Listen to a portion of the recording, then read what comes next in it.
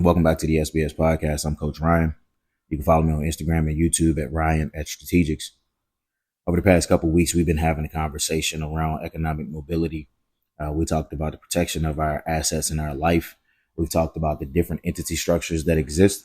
And today I want to talk about something else that a lot of people who are in entrepreneurship either learn very quickly or it takes a while to learn.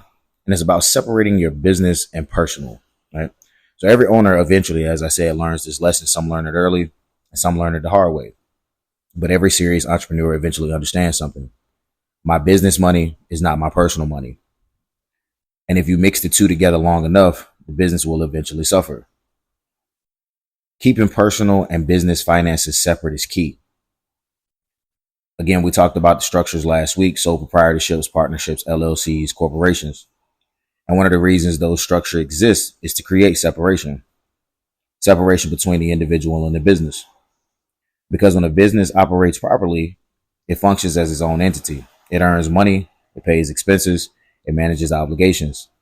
And what remains after those two is handled is usually what the owner can pay themselves. But most new entrepreneurs make a common mistake.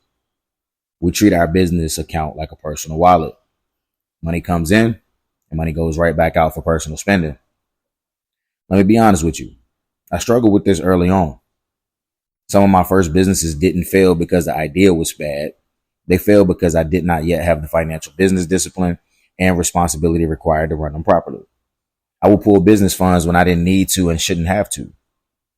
I didn't always respect the separation between the business and my personal life. And over time, that lack of discipline started to affect everything. My businesses stopped building reserves. My cash flow became very unpredictable. My investments got delayed, and eventually my business became fragile.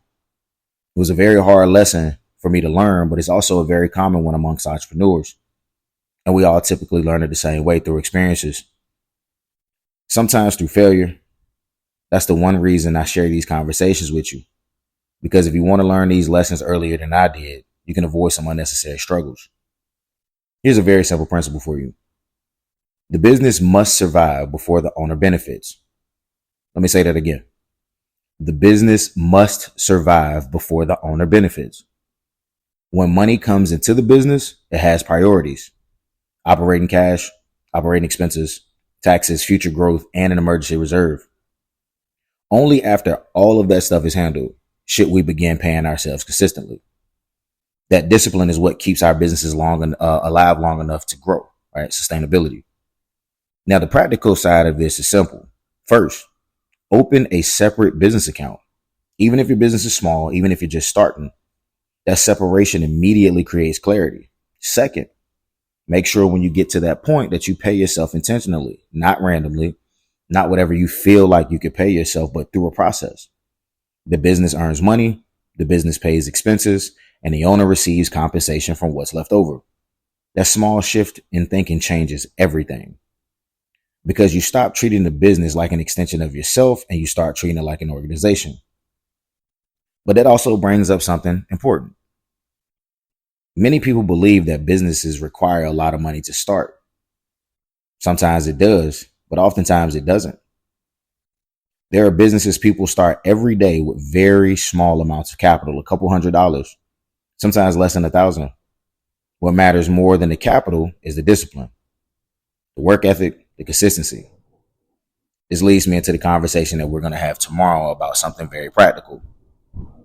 I want to show you all and talk about a couple of businesses that you can start that will cost less than $1,000 and have the potential to generate real returns and cash flow over time. But truthfully, the results may vary because every business depends on the effort and discipline of the person running it.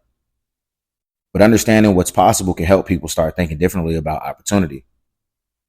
So we're going to talk about low capital businesses that can grow with time and work. Because starting small doesn't mean thinking small. It just means building step by step. And sometimes that's exactly how strong businesses start. I'm excited about tomorrow's episode because I think we have to reinvent the wheel, how we think about business. We don't need another t-shirt company. All right. We don't need people selling plates out of their houses. We need to set up established businesses that have proven cash flow returns that can get us the relationships with the banks and the financing that we need in order to scale our business. Y'all keep sticking with me. Have a great day. I'm feeling better than ever. Scratch that. Better than better. Only live once. Can't be me. I'm living forever. Turn up the bass. I stay out of trouble. I'm walking with God and stomp on the devil. I had to follow the plan when I did not understand. Now I just feel like the man. Watch how I'm doing my dance. Bigger than me with your brand. All that I need is a chance. I pray that we see promised land. I know that we can.